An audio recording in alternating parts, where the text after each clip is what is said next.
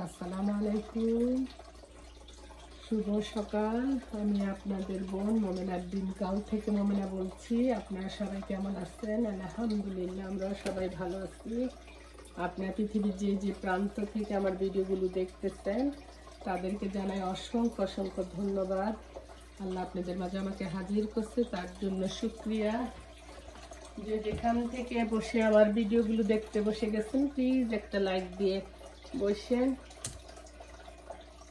আমি জানি কারো কোনো সময় নাই, ইংলিশে বলে we don't have a time. আমি জানি এরও কোনো সময় নাই আমার ভিডিও দেখার জন্য, বাট ছাইরা একটা লাইক দিয়ে আপনারা কাজ করেন, বাথরুমে যান, এটা তো করতে পারবেন।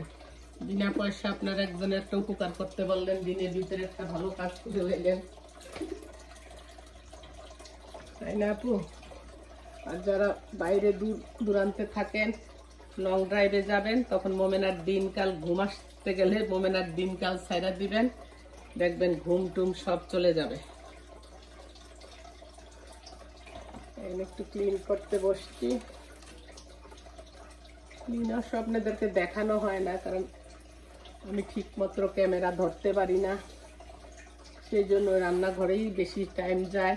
আর এখন এই যে শাকসবজি হওয়াতে শাকসবজি এগুলি গুছিয়ে রাখা, সংগ্রহ করা, কোনটা রান্না করবো, কোনটা কি হবে, সেগুলি করতে করতে পুরাটা দিন চলে যায়।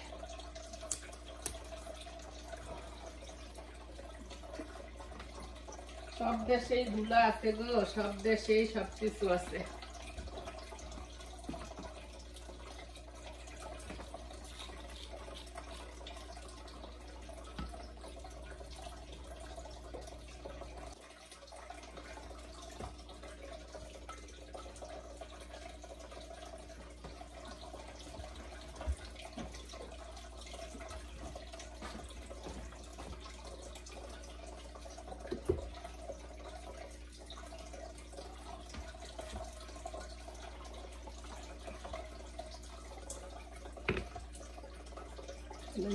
পরিষ্কার হয়ে গেছে।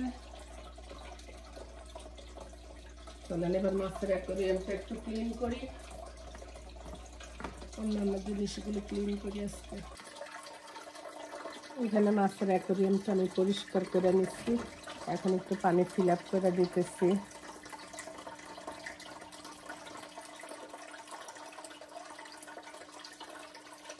এভরিডে আমি ফুড দেই একটা টাইমে, সেটা রাত্রে। প্রতি মুহূর্তে যদি খাওয়া দেন তাহলে মাছ মরে দেবো। এর আগে আরো ছোট ছোট মাছগুলো আনছে, বড় মাছগুলো ছোট মাছগুলোরে খাইয়া ফেলছে। আর একটু পানি লাগবো ট্যাঙ্কে, যদি পানির পরিমাণ মতো বেশি থাকে তাহলে মাছগুলো নড়াচড়া করতে সুবিধা বোধ করে, স্পেস পায় অনেক।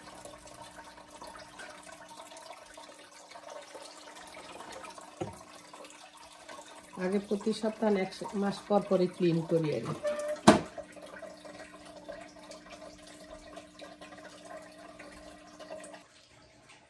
এই যে আমি এখন শোকেজের জিনিসগুলো এক একটা সেলফ করে নামাবো, এক একটা সেলফ করে ঢুকাবো। আমার শোপিস কালেক্ট করার অনেক শখ। আমি নিজেও তো দেশে যাইনি, আমি 2-3টা দেশে গেছি। আর অন্যান্য আমার ভাই বোন যখন যায় তখন আমি বলি আমার জন্য, এটা হলো দুবাই, যখন যে যেখানে যায় আমার জন্য কিচ্ছু আনবা না, আমার জন্য শোপিস নিয়ে আসবা। আগে ছোটবেলায় আপনার বিউ কার্ড ওগুলি কালেক্ট করতাম, তারপরে স্ট্যাম্প কালেক্ট করতাম। এখন আস্তে আস্তে আসলে মানুষের বয়সের সাথে সাথে শখের জিনিসগুলো মানে চেঞ্জ হয়ে যায়। আর এখন ঘর বাড়ি কিভাবে সাজাবো, ঘর বাড়ি কি করব, ওইটাই আর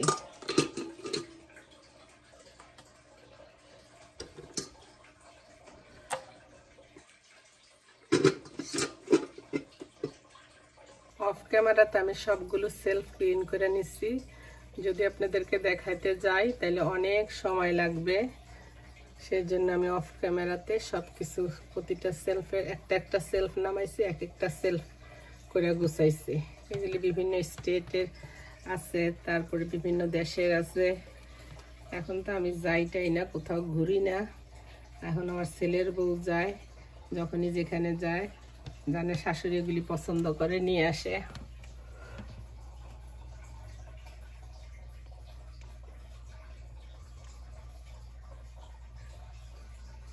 বললেন আমার শোপিসগুলো কেমন হয়েছে।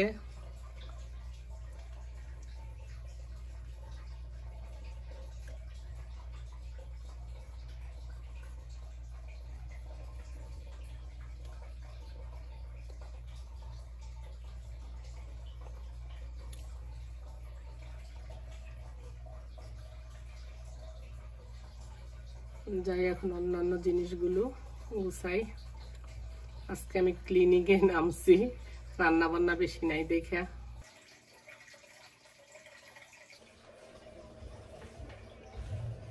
মাইক্রোওভেনটাও ক্লিন করে নিতেছি, যে রান্না বান্নার অত চাপ নাই, আছে যেগুলি চলে যাবে।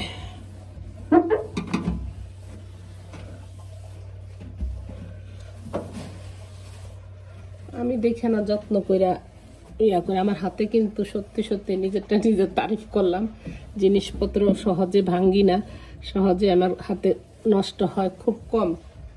আলহামদুলিল্লাহ, এটা আল্লাহর কাছে শুকরিয়া।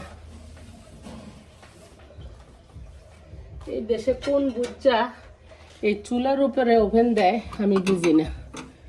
আমার বাগনি কয় মামা হেরা তো বাড়িগুলো বানাইছে আমনে গলে গেন, এরা তো হ্যাগো সিলাই বানাইছে, হেরা কি আমনের মতো উন্না পরে ইয়া পরে। কারণ এই যে চুলার উপরে যে কোনো সময় ভয় লাগে কিছু গরম করতে গেলে, টান দিতে গেলে মনে হয় এই বোধ লাইগে যাইব।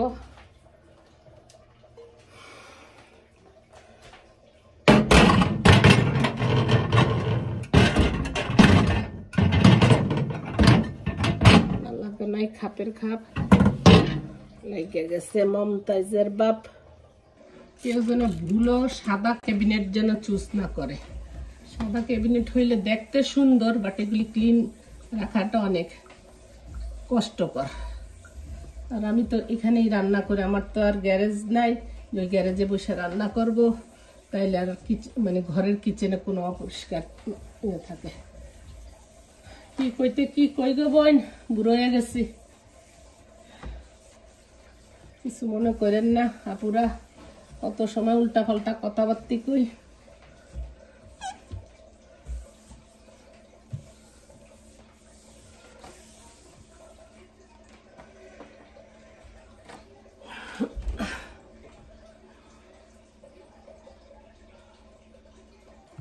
এখন চলে এলাম ফ্রিজ ক্লিন করতে।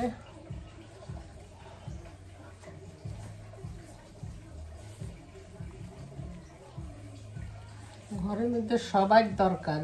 একটা স্কুলে খালি টিচারই, স্কুলের সিকিউরিটি গার্ড আছে, অফিস রুমে লোক আছে, ক্লিনিং এ লোক আছে, তারপর একটা স্কুল প্রতিষ্ঠান। ঘর বাড়ির মধ্যেও সবাই যদি হেল্প না করে, পরিষ্কার পরিচ্ছন্ন বলেন সব কাজের মধ্যে, ছোটো ফোলা তো এখনো নিজের বিছানাটা পর্যন্ত ঠিক করে না।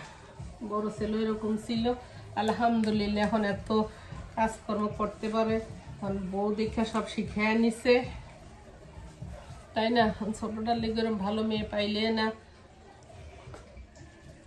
দোয়া করেন আপনারা সবাই।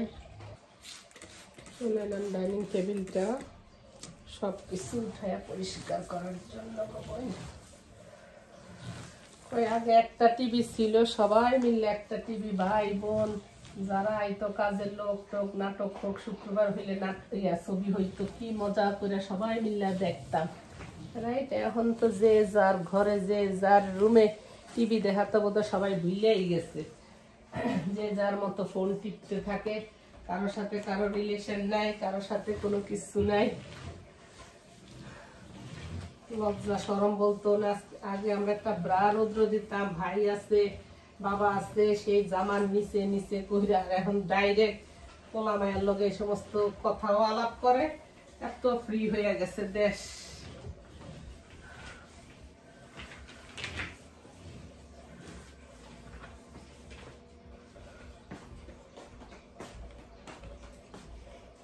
করলে পরিষ্কার আপনি সারাদিন বইয়া করতে পারেন। আমি অবশ্য দিনের মানে প্রতিদিনই একটা না একটা এক্সট্রা কাজ রাখি, কোনোদিন বাথরুম মাজা, কোনোদিন আমি মশলা করা, কোনোদিন কাপড় লন্ড্রি করা, ওই এক এক দিন এক একটা রাখি। তারপরে তো ঘরে রান্না বান্না আছে, ঘর বাড়ি ঝাড়ু দেওয়া আছে, নামাজ কালাম আছে, ওগুলি তো শেষ নাই। যাও আল্লাহ আল্লাহ তক্কাল তলা খেয়েছে। ওকে, আই লাভ ইউ। ওয়ালাইকুম আসসালাম।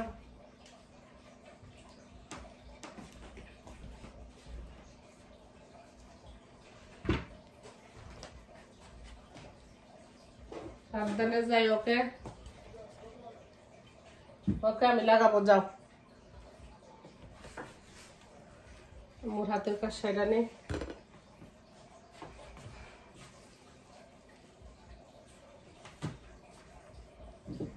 যাই হোক, আবার গুছানো হয়ে গেছে এই সাইড, অন্য কিছু গুছাইতে যাই। কি হয়েছে আব্বু? এত তাড়াহুড়ো করে যায়, কিছু না কিছু প্রতিদিন ভুলা যায়। দেখো, আমার ডাইনিং টেবিল মুছা হয়ে গেছে। আমার জায়গার তুলনা আমার 8 সিটের ডাইনিং টেবিল। এটা ছোট করা যায়, প্রতিদিনই জামাই রে কই আজকে না কালকে করে তুমি, অসুবিধা কি বড় থাকলে এসে। চলিয়ে আসিলাম আমরা পাড়ার দোকানের, মামুর দোকানের পেঁয়াজু ভাজতাম বিল্লা। ওই দিন বান্ধবী গুলো পেঁয়াজু বানাইছি না, একটু রয়ে গেছে বেটার, তো ভাবলাম যে ভাইজা ফেলে বিসমিল্লাহ। পাড়ার মোড়ে মোড়ে, বাংলাদেশের প্রত্যেকটা মোড়ে মোড়ে পেঁয়াজু ভাজে, মোড়ে মোড়ে বিকাল হইলে সিঙ্গারা সমোসা ভাজে। ছোট্ট ছোট্ট করে আসছে, আমি সেই ছোট্ট ছোট্ট করে পেঁয়াজু ভাজতেছি।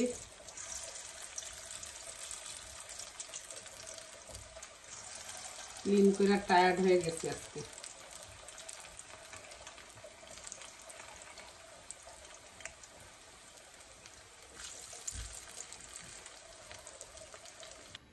এই যে আমার পেঁয়াজু ভাজা হয়ে গেছে।